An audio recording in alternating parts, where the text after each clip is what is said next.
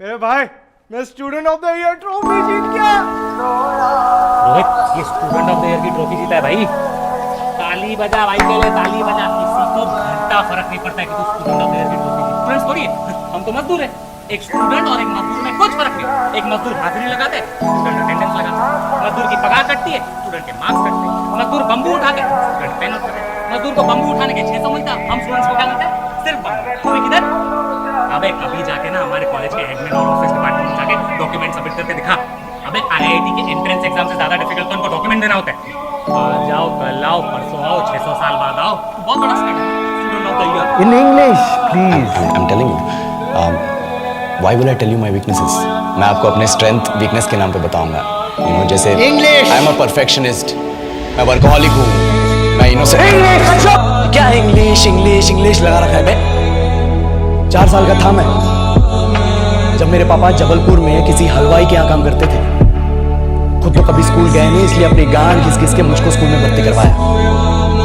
अब कहने के लिए तो वो इंग्लिश मीडियम स्कूल था, लेकिन साले हमारे टीचर लोग खुद हिंदी में बात करते थे। हमारे स्कूल के लड़के एक दूसरे से यो व्हाट्स अप डॉग ऐसे बात नहीं करते। अब हो रहा है तेरा लंडा आज कर रहे हैं ऐसे किसी तरह रट्टा मार के 10th तक पहुंचे तो पता चला कि जिंदगी में सफल होने के लिए एक ही तरीका है और वो है इंजीनियरिंग।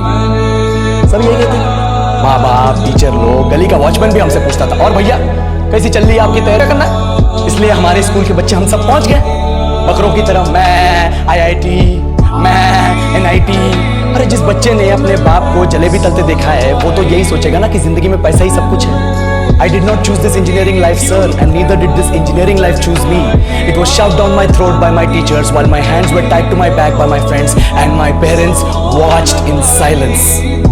और इंग्लिश सुन 10th के बाद 2 साल लग गए इस कॉलेज में घुसने के लिए, कोचिंग में निकाल दिए। ना कुछ खेले ना कुछ सीखे, और 2 साल बाद जब यहाँ पहुंचे तो पता चला कि बड़े शहरों के कॉन्वेंट स्कूल के पढ़े बच्चे जब अंग्रेजी में बात करते हैं तो मरे हुए फूल भी खिल उठते हैं।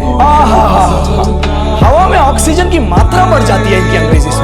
और पूरे कॉलेज की लड़कियां इन इंग्लिश स्पीकिंग लड़कों को अपना जीवनसाथी.com मान चुकी है। तुझे क्या लगता है? मुझे कभी लगा नहीं कि मैं अपनी अंग्रेजी पे काम करूं, अपने पर्सनालिटी पे काम करूं। बहुत लगा। ये चूतिया इंडस वैली सिविलाइजेशन का जो एजुकेशन सिस्टम बिठा के रखे हो, जिसमें हर साल में 10 सब्जेक्ट, हर सब्जेक्ट में theory, practical, viva, lab work, external, internal, majors, minors, assignment, project, thesis, गांड मार के रख लिया हमारी। महीनों तक नहाना भूल जाते हैं हम लोग, और फिर हमारा परसेप्शन बना देते हो कि हम ऐसे ही रहना चाहते हैं। अब इस साल में एक बार कल्चरल फेस्टिवल आता है, एक बार, उसके लिए भी प्रोफेसर से भीख मांगनी पड़ती है। अरे बिना इंग्लिश बोले, बिना लड़कियों से बात किए कौन गांडू रहना चाहता है वैसे?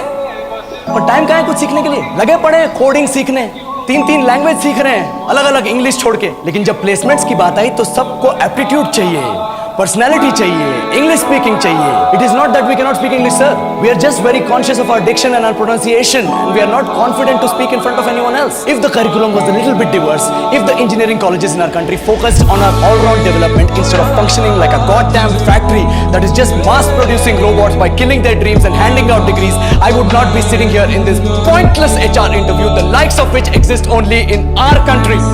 ये लो सर, बोल दिया मैंने 4 और लाइन अंग्रेजी। अब बताइए, क्या मैं आपके मल्टीनेशनल कंपनी के लायक हूं?